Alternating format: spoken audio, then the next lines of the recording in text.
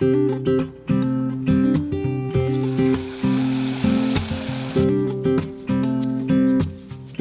everyone! Welcome to MUSUBI Kitchen. I'm Shino. I'm so excited about what we're making today, a tempura. It's probably the most iconic dish in Japanese cuisine. Everyone loves tempura, and you can find this dish in any Japanese restaurant around the world. But what's so special? I think it's that feather-light, unbelievably crispy texture. Many people assume it's such a difficult dish that requires years of experience, but actually, that's not the case. I would call tempura a highly logical dish where every step has a clear purpose. Today, I'll share 6 essential tips for making the perfect tempura.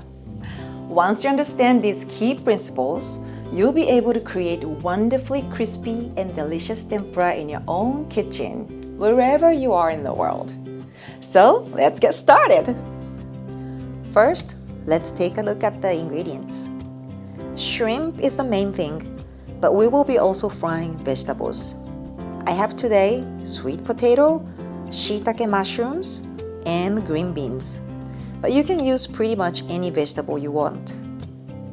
For the batter, you'll need 1 egg, 1 cup of ice cold water, and 1 cup of all-purpose flour.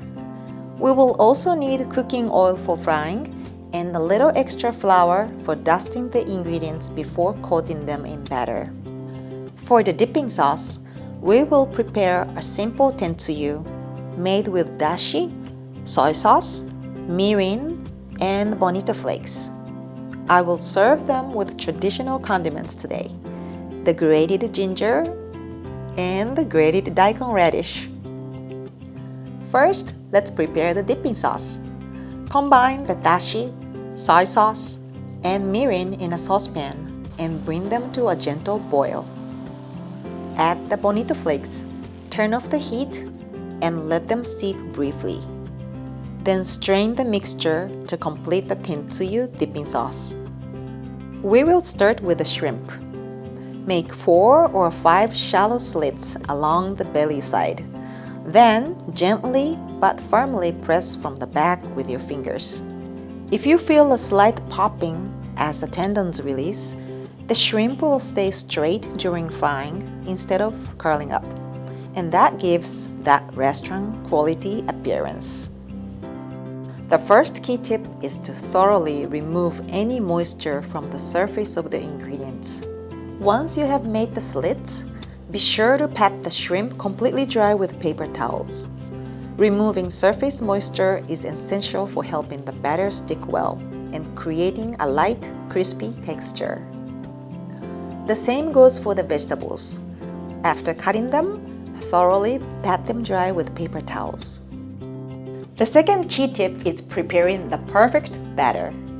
In order to achieve that light crispness of tempura, the gluten, the source of elasticity in the batter, is the enemy.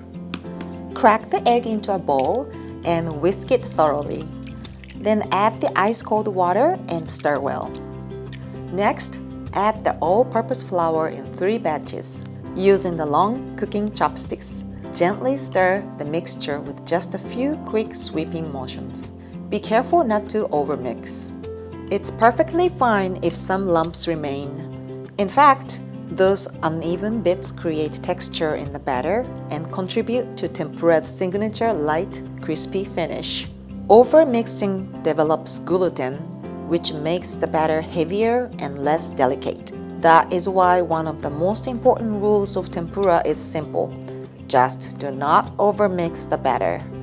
The third key tip is choosing the right frying oil. I would recommend rice oil, which is light in flavor and resistant to oxidation. Canola oil or vegetable oil also work well. If you'd like to add the rich aroma often found in tempura served in good restaurants, try blending in about 30% sesame oil. It is a simple trick that can instantly make your kitchen smell like a professional tempura shop. Now it's time to start frying. And here's the fourth tip: controlling the oil temperature. Heat the oil in a deep frying pot. The important thing here is to adjust the temperature depending on the ingredients. For vegetables, maintain the oil at about 340 Fahrenheit or 170 Celsius. For the shrimp, increase the temperature to 350 Fahrenheit or 180 Celsius. If the oil temperature is too low, the batter won't crisp properly and will simply absorb more oil, resulting in a heavy, greasy texture.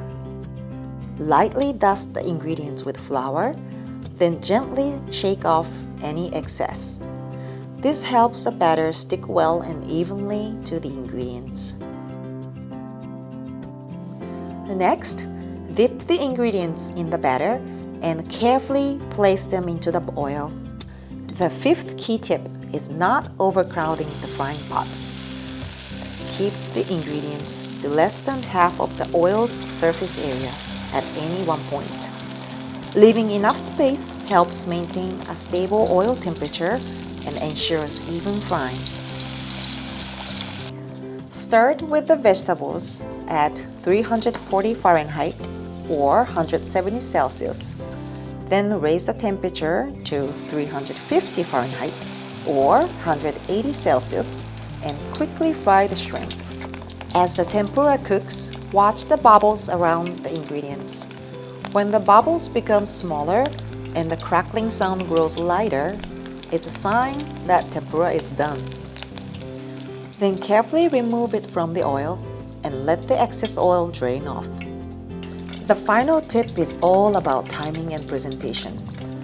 The window for enjoying tempura at its best is surprisingly short, measured in minutes. From the moment it comes out of the oil, the steam trapped inside begins to soften the crisp coating. To enjoy that perfect texture, serve it as soon as possible. Let the tempura rest briefly on the wire rack to drain excess oil, then plate it right away. For serving, I've chosen this beautiful dinner plate. The delicate celadon glaze and its refreshing color bring a sense of lightness to the table, complementing the tempura without making the meal feel really heavy. Line the plate with kaishi paper and put the freshly fried tempura, and you can try to arrange them in a three-dimensional way. Serve with grated daikon radish, grated ginger, and the homemade tentsuyu dipping sauce. The dish is now ready to enjoy. Alright, let me try this freshly fried tempura. Perfect. The batter is incredibly light and crispy. After that satisfying crunch, you can really taste the natural sweetness of the shrimp.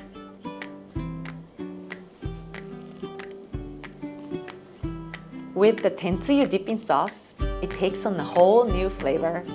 The dashi adds a wonderful depth of taste. What did you all think? Tempura is not very difficult. Every step has a purpose.